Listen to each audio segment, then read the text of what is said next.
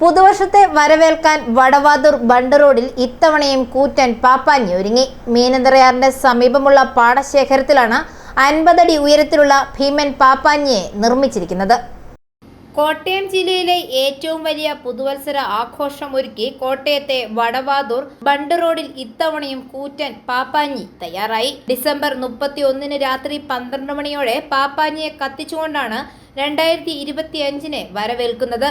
മീനന്തറയാറിന്റെ സമീപമുള്ള പാടശേഖരത്തിലാണ് 50 അടി ഉയരത്തിലുള്ള ഭീമൻ പാപ്പാഞ്ഞിയെ നിർമ്മിച്ചിരിക്കുന്നത്. കോട്ടയം ജില്ലയിലെ ഗ്രാമീണ ടൂറിസം മേഖല എന്ന നിലയിൽ ഒട്ടേറെ പേരെത്തുന്ന വടവാതൂർ ബണ്ട് റോഡിന്റെ സൗന്ദര്യ കാഴ്ചകളും പുതുവത്സര ആഘോഷത്തിന് മാറ്റേകും. മുൻ വർഷങ്ങളിൽ വിജയപുരം ഗ്രാമപഞ്ചായത്തിന്റെ നേതൃത്വത്തിലായിരുന്നു ഇവിടെ പുതുവത്സര ആഘോഷം സംഘടിപ്പിച്ചിരുന്നത്. എന്നാൽ പഞ്ചായത്ത് പ്രസിഡന്റ് ചെയർമാനായി രൂപീകരിച്ച കോട്ടയം കാർണിവൽ സൊസൈറ്റിയുടെ നേതൃത്വത്തിലാണ് ഇത്തവണ പുതുവത്സര ആഘോഷം സംഘടിപ്പിക്കുന്നത്.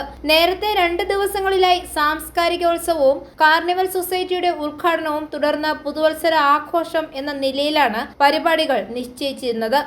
എന്നാൽ മുൻ പ്രധാനമന്ത്രി മൻമോഹൻ സിംഗിന്റെ നിര്യാണവുമായി ബന്ധപ്പെട്ട ദുഃഖാചരണം നിലനിൽക്കുന്നതിനാൽ ഉദ്ഘാടന ചടങ്ങുകൾ ഒഴിവാക്കിയിരുന്നുവെന്ന് വിജയപുരം ഗ്രാമപഞ്ചായത്ത് പ്രസിഡന്റ് VT സോമൻകുട്ടി അറിയിച്ചു.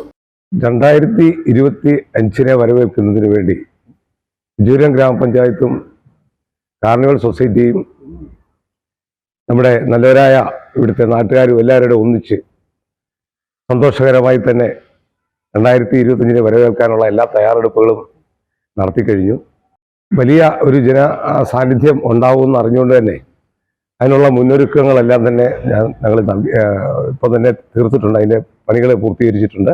വാഹന പാർക്കിങ്ങിന് വേണ്ടി വടവാതൂർ ESIയുടെ ഭാഗത്തും മോസ്കോയുടെ തോപ്പിലും 2 സൈഡിലും പാർക്കിംഗ് സൗകര്യങ്ങൾ ഏർപ്പെടുത്തിയിട്ടുണ്ട്. അതുപോലെ വൈകിട്ട് തിരുവനന്തപുരംകാരുടെ ഗാനമേളയോട് കൂടി തുടങ്ങുന്ന ആഘോഷം രാത്രി 12 മണിയോടുകൂടി പാപ്പാഞ്ഞി കത്തിച്ച് ഞങ്ങൾ സന്തോഷത്തോടുകൂടി തന്നെ ഈ വർഷത്തെ പുതുവത്സരത്തെ ഞങ്ങളെല്ലാം സ്വീകരിക്കുകയാണ്. 200 പേരുടെ സംഘാടക സമിതി രൂപീകരിച്ചാണ് കോട്ടയം കാർണിവൽ സംഘടിപ്പിച്ചിരിക്കുന്നത്. 31 വൈകിട്ട് ഗാനമേള, കരിമരുന്നു പ്രയോഗം, തുടർന്ന് പാപ്പാഞ്ഞി കത്തിച്ച് 2025 വരവേൽക്കും. പാപ്പാഞ്ഞിയുടെ നിർമ്മാണം പൂർത്തിയായതോടെ നിരവധി പേരാണ് ഇതിനോടകം തന്നെ ഇവിടെ എത്തുന്നത്. i4A news, Ettumanoor.